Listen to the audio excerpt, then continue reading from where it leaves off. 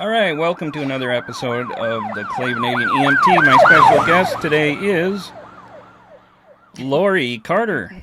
Hello. We are going to talk about Tako Tsubo, but before we do that, I am going to test her knowledge on Australian bands. It is called Finish the Line.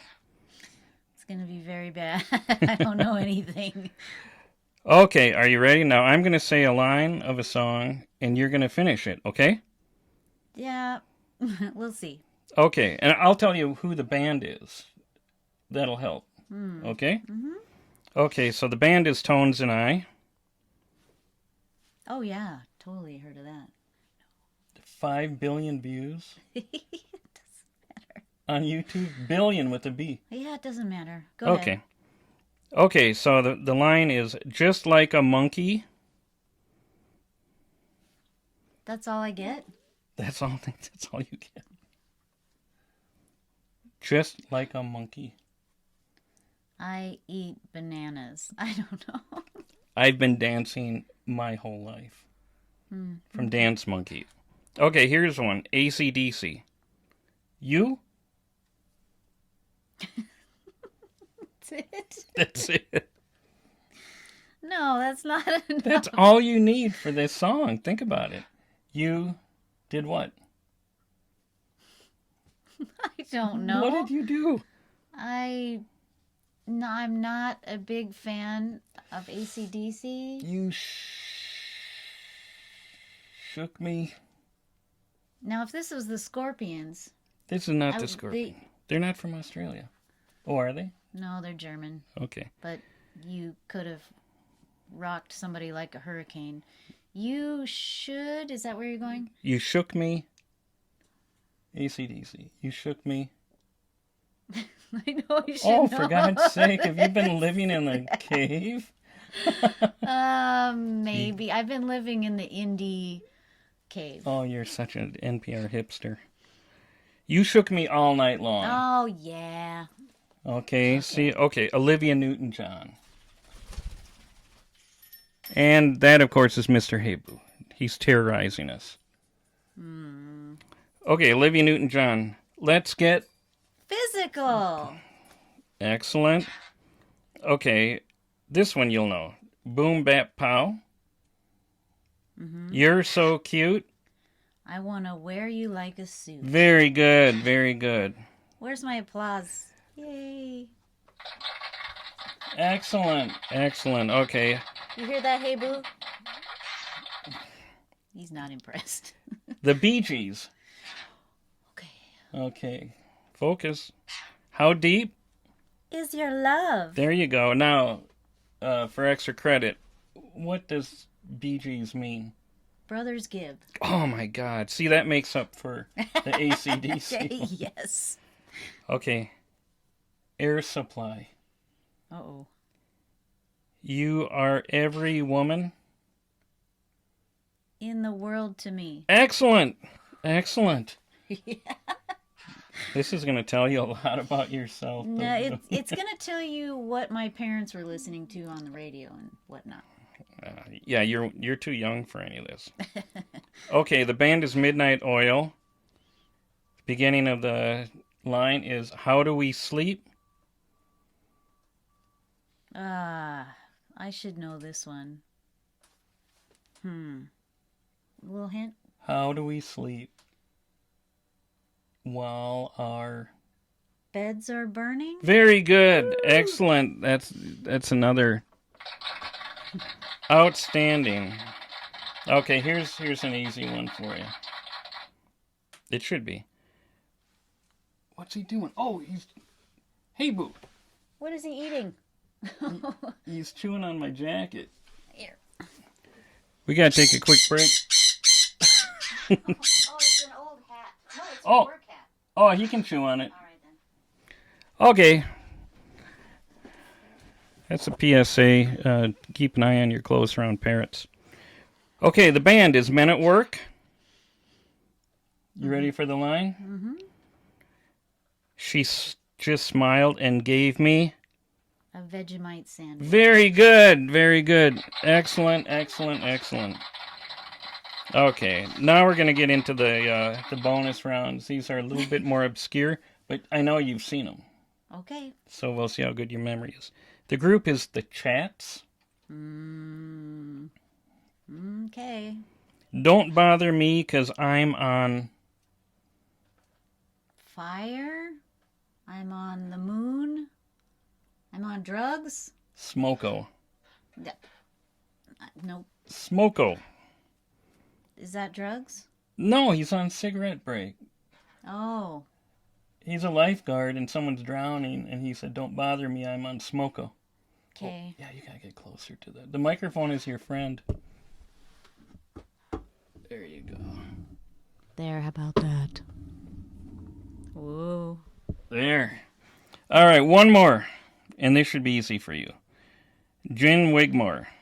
Did he bite you on the neck? You know how I am with lyrics. Yes. That's the way I am with chords. We play in a band together, by the way.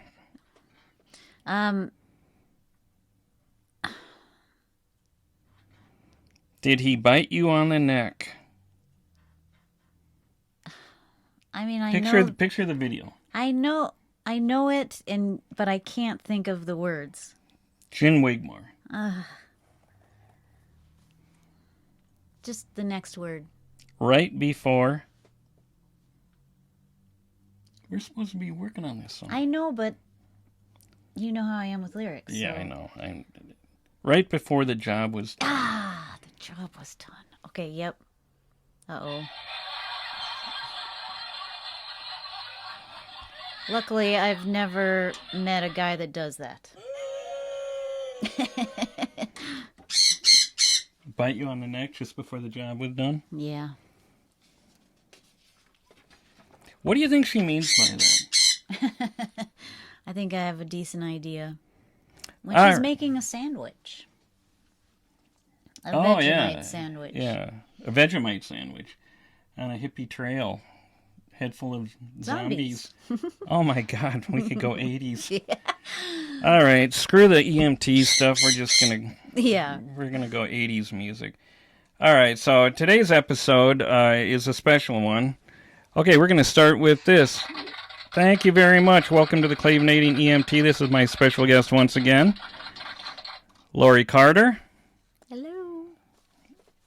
and we are going to talk about something called Tako Tsubo, which means octopus jar. Okay. He's eating your house. I know. I know.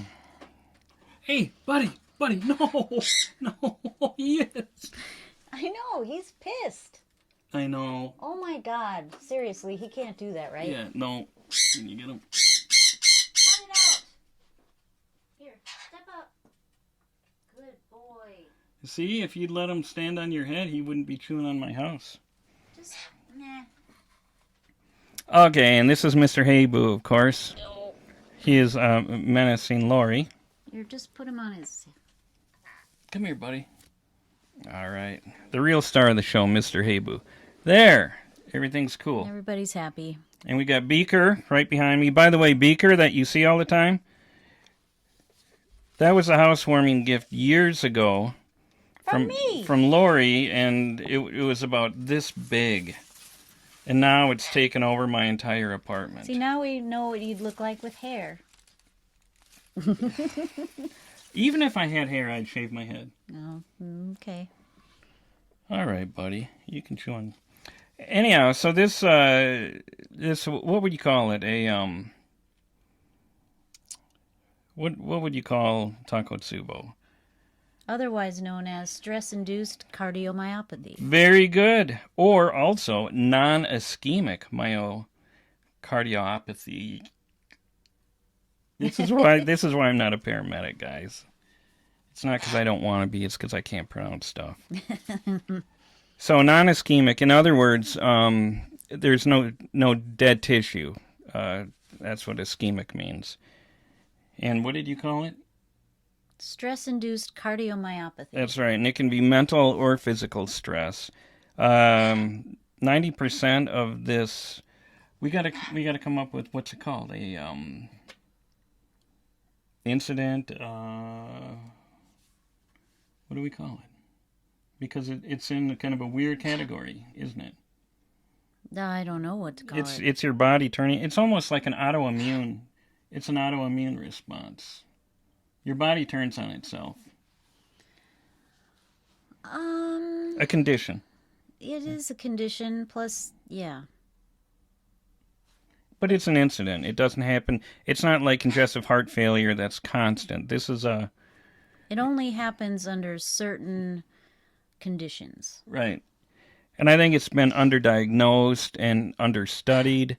The Japanese, of course, have been on the cutting edge. That's why it's called Tako Tsubo, which is Japanese. And that's why you're interested, because you're interested in all things Japanese. All things Japanese, that's right. I am what you'd call your basic sinophile. So at 90% are women. Over 50. That doesn't include you. Okay, but I was not over 50 when it first started. I was in my 40s. Right. Yeah, actually, it can happen at any age, but it's usually women, older women, and actually more like in their 60s, 70s. So you're unique.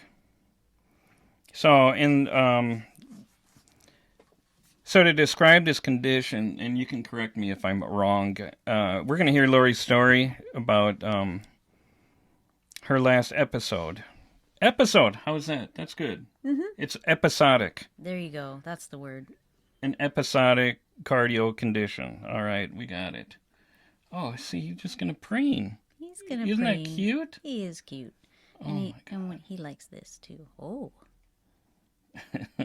Whoa.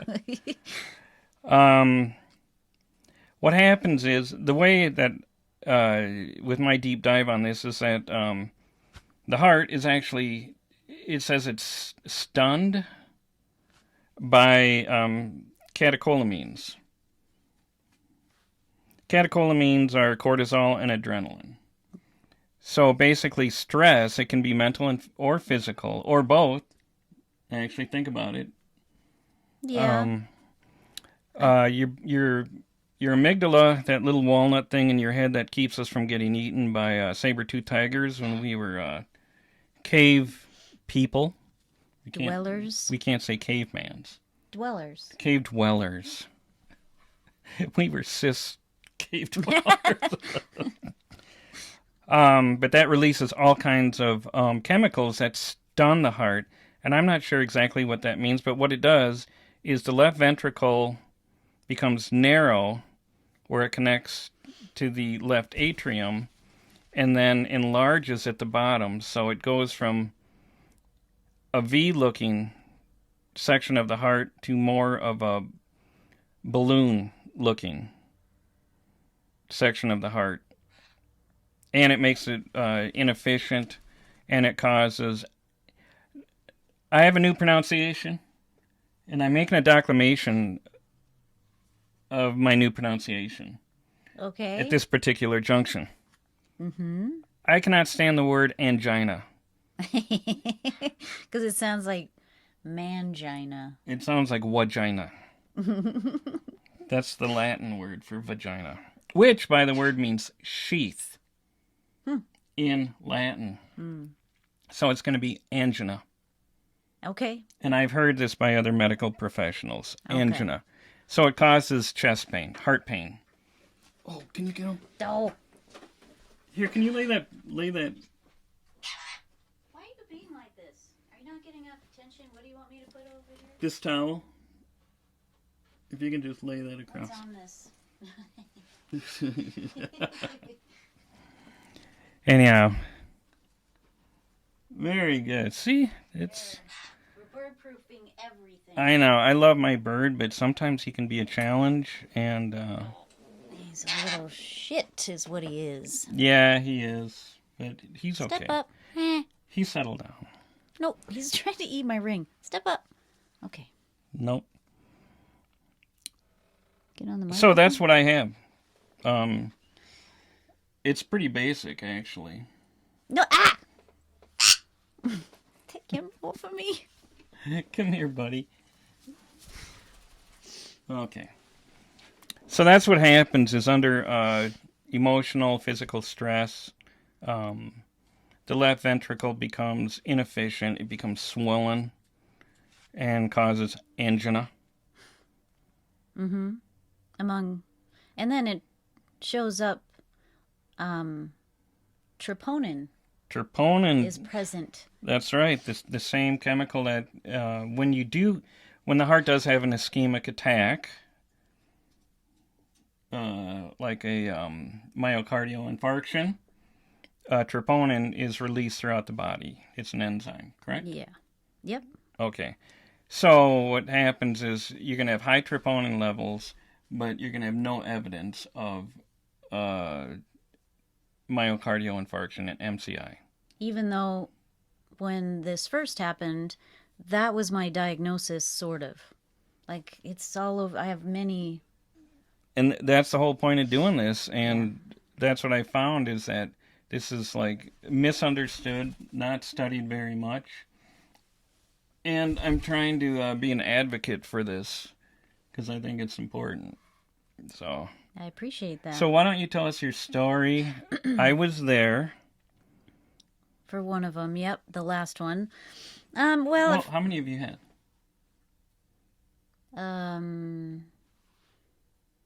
3.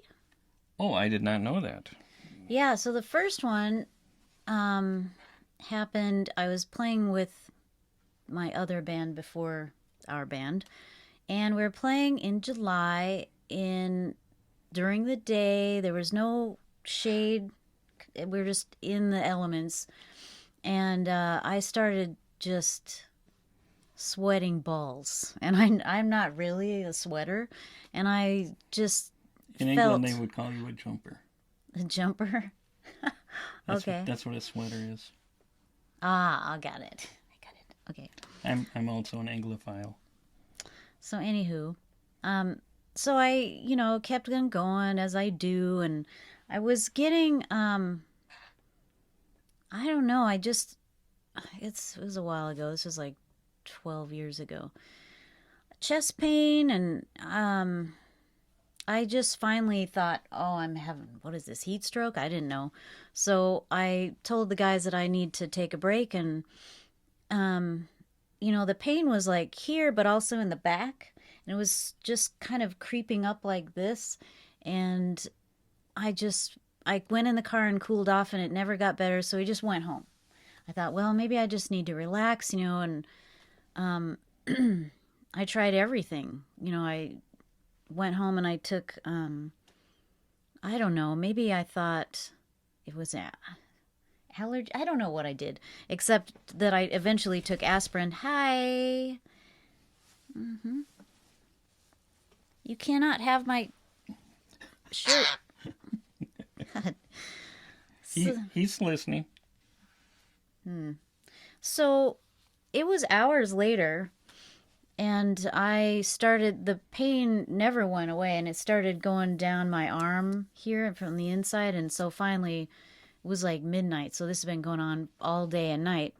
So then I took aspirin and went to the hospital, and that's when, they're like, well, the EKG doesn't look strange, but we'll do a troponin test, and they're like, oh, so it looks like this looks like a heart attack. So we need to do an angiogram. So they did the angiogram, and that's when they put a camera through your artery, through your groin, or sometimes through your wrist. And then they got there, and they were expecting to see blockage, and there was none. And so but they found a tear. So I'm like, oh, okay, well, this might be spontaneous artery dissection. But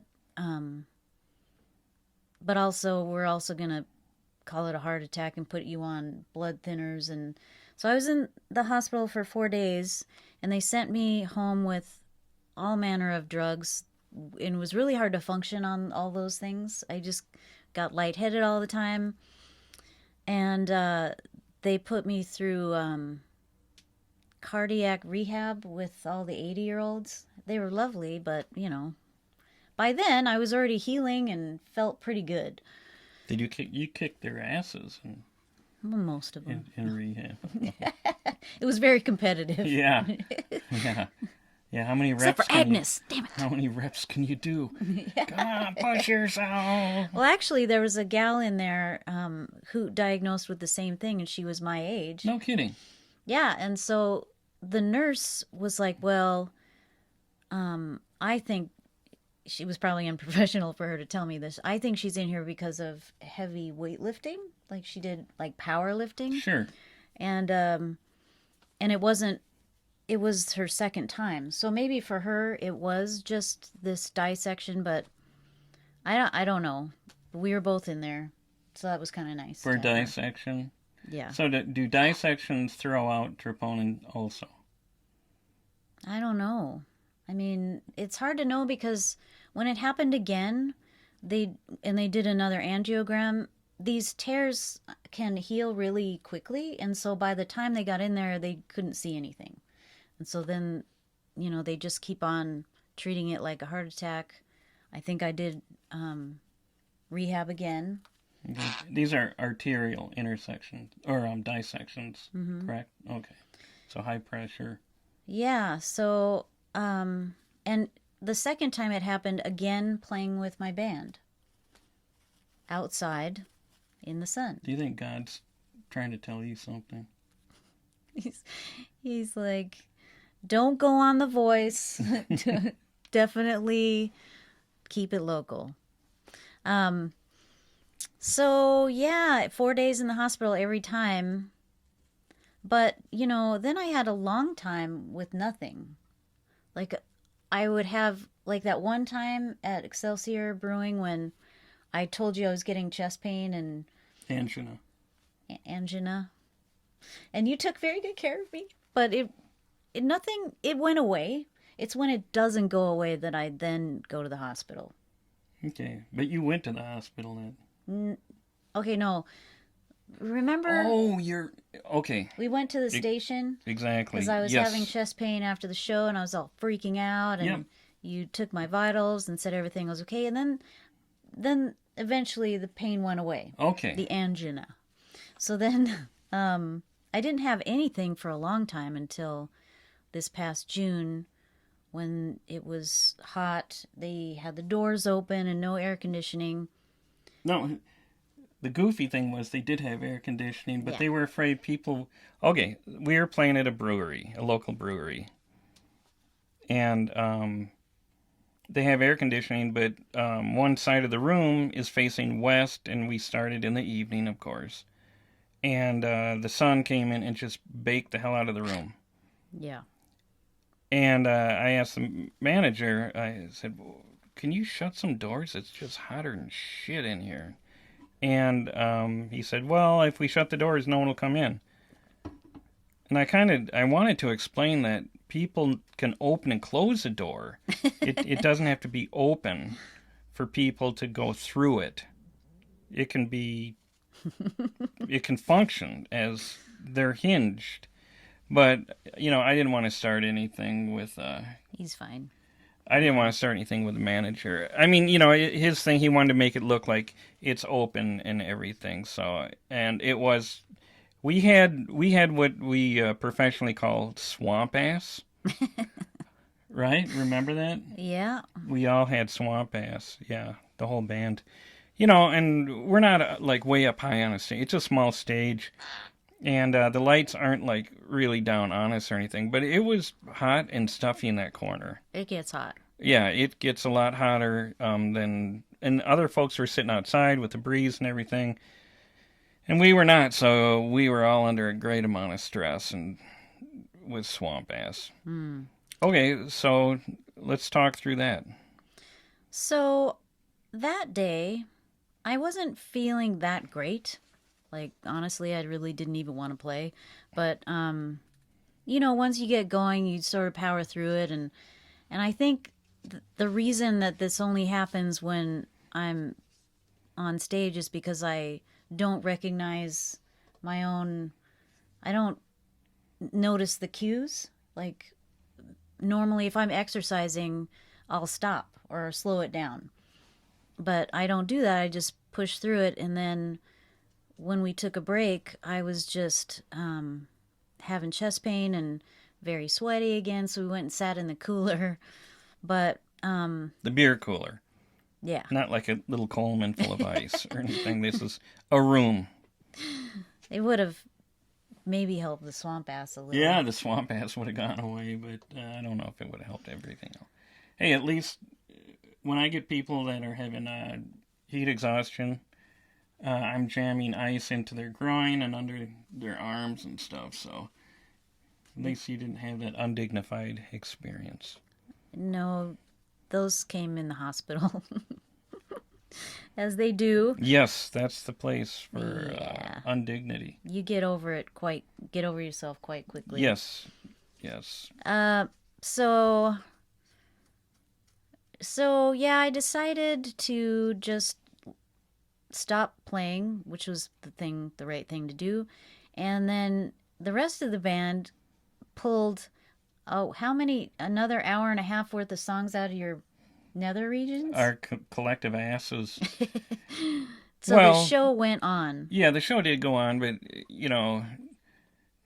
to be fair, me and the bass player had played in bands together for going on 20 years.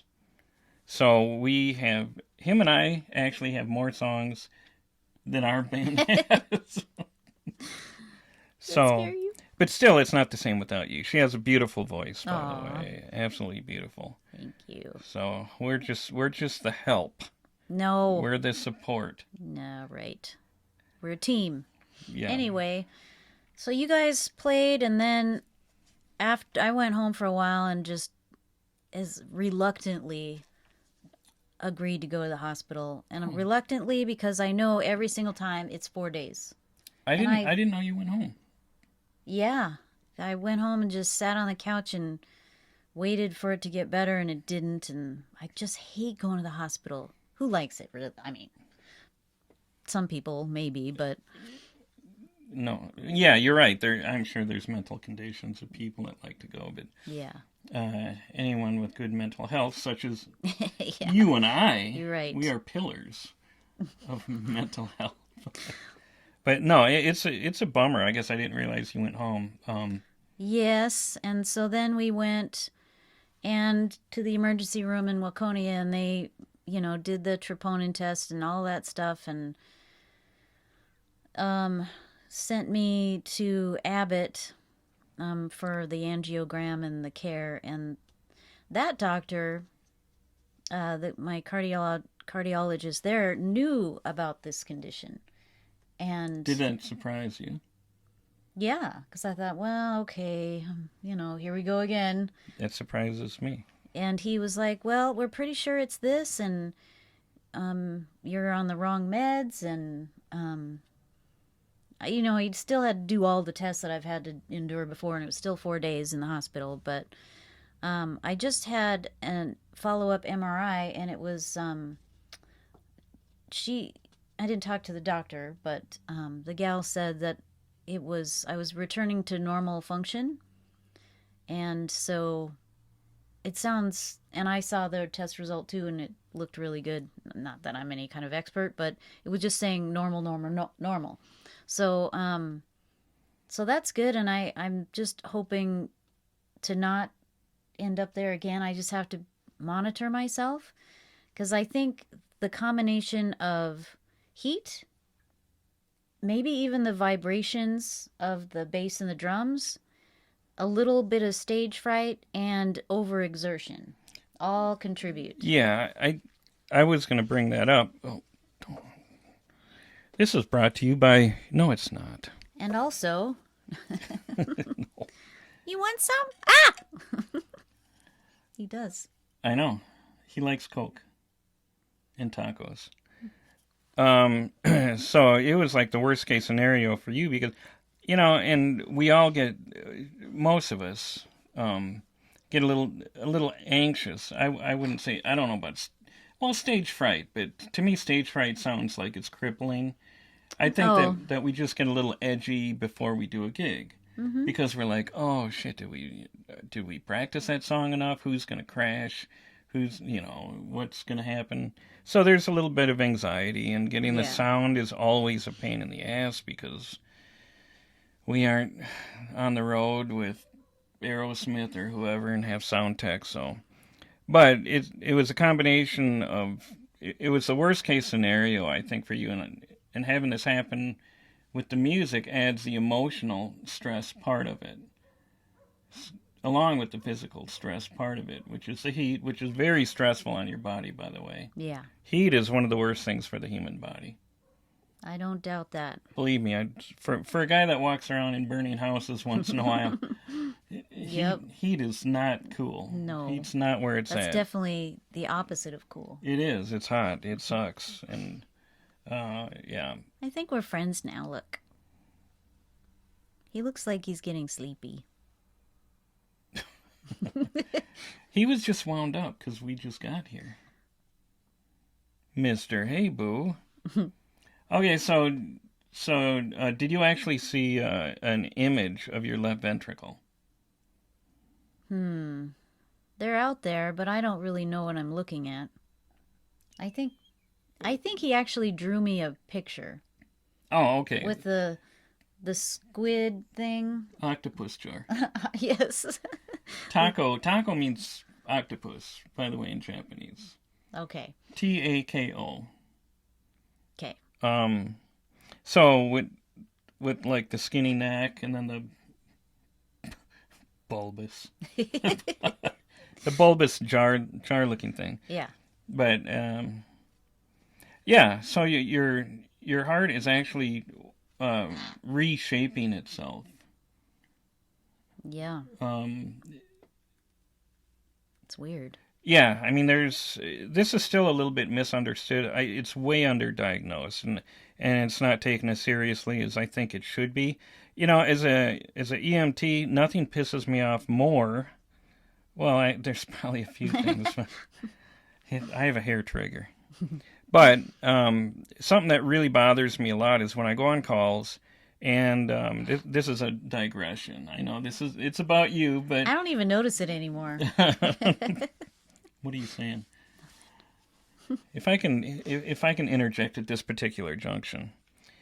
No, but this relates to what we're talking about with you is I get really irritated when we go on a call. We, meaning me and the fire department guys, not when I'm doing EMT work alone, because then I'm alone. I'm not with guys, unless I had split personalities. Could you imagine that, two of me? Maybe there'd be a better one of me. Anyhow, but I digress. Yeah. And we have someone say that's been suffering a panic attack. And they don't last just 10 minutes for some folks. They last for hours for some folks. And they tough it out. They got terrible discomfort. And then they'll call us at, say, midnight or 2 in the morning. And we'll go out there and, we have to get out of our racks and get into the engine and go. I do overnight duty crews a lot. And when one of our guys says, "Oh, it's just a panic attack," I'm like, dude, this person actually thinks they don't think, they know they're dying. That's what's going through their head. Because there are physical symptoms. I mean, it's a weird thing to have a panic attack. It is. 'Cause yeah. And your logical brain says, no, you're having a panic attack, but the rest of your body says, fuck you. Well, yeah, if your mind can notice that, I mean, and I've been there too, where I'm like, okay, I think I know what this is, and I can eventually calm down. But if, say, the first time it happens, you wouldn't know that, and so yeah, you want to be treated with care. Yes. Yeah, because as first responders, we have a bottle of oxygen and sparkling personalities. That's about all the medications that we have. I mean, we can take vitals and stuff like that, but the paragods, the paramedics that show up, they have all kinds of drugs they can administer to bring down the blood pressure and the heart rate, which is really important to do in a panic attack.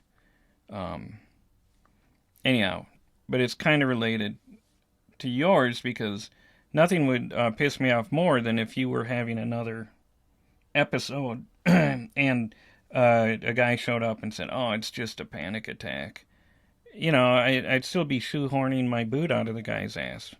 Because that's a real thing. It's like coming up to a guy that just got his leg ripped off by a cement mixer and saying, "Oh, it's just a amputation." Yeah. Yeah. Well, that's the way I feel. That, it's something that should be taken seriously and to not just say, it's just. And then on the other hand, what do they really do when I'm in the hospital? I guess they're running tests to confirm a diagnosis and managing pain. Yeah, well, yeah, and they're reassuring you. Well, if we're going back to your Tako Tsubo, I think the big thing, I mean, the damage is already done at that point. Yeah. So, and it takes about a month to recover, a month to 6 weeks to recover. I think that's what they said, yeah. Okay. Look like you're going to fall down. He's not. He's amazing. He can go like all the way. He's like Michael Jackson. He can like go all the way back.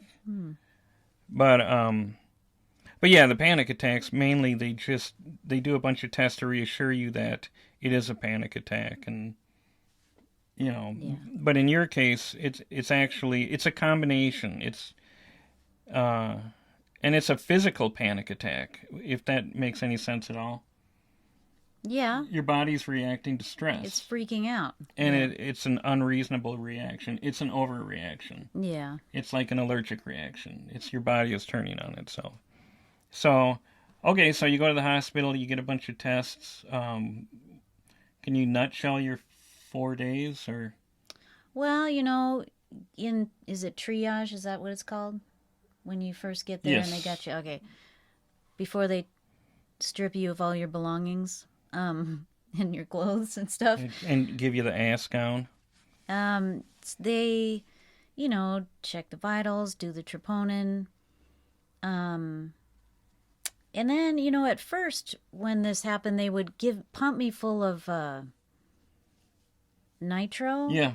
And that, for this condition, does nothing except give you a wicked headache. But so once they do that every time until I got to Abbott, and they're like, okay, well, no, that doesn't help this. You have to manage the chest pain with morphine, which I was okay with. Just fine with that. Yeah, it's good stuff. Well, I think they were just assuming that you were having a MI. Yeah, I think so. Even though I told them my whole history, but they're just not equipped for that kind of thing in Waconia. So, which is a lovely town, by the way. Yeah, absolutely. But on the prairie. So the next thing they do, they admit you, and then they schedule an angiogram. Just to see what's going on in there, make sure there's not blockage. I think he likes being on camera. He's just turning in circles, going, "Look at me." Anyway, once he starts spraying, so we're gonna do this in a 2-part thing too, because I want to hear the whole story. So you haven't heard the whole story? No, I want to hear a little more detail in the next couple days. Okay. So if you want to find a point that we can cut it off, and then I can do some editing, and then we can get back to it. I don't really know what that is, because... Okay, so your triage. How about if we just call this part 1, and then we'll take on from triage until you got released, and then how you're dealing with it today. Okay, sounds good. Can we do that? Yep. Okay. Yay. Yay.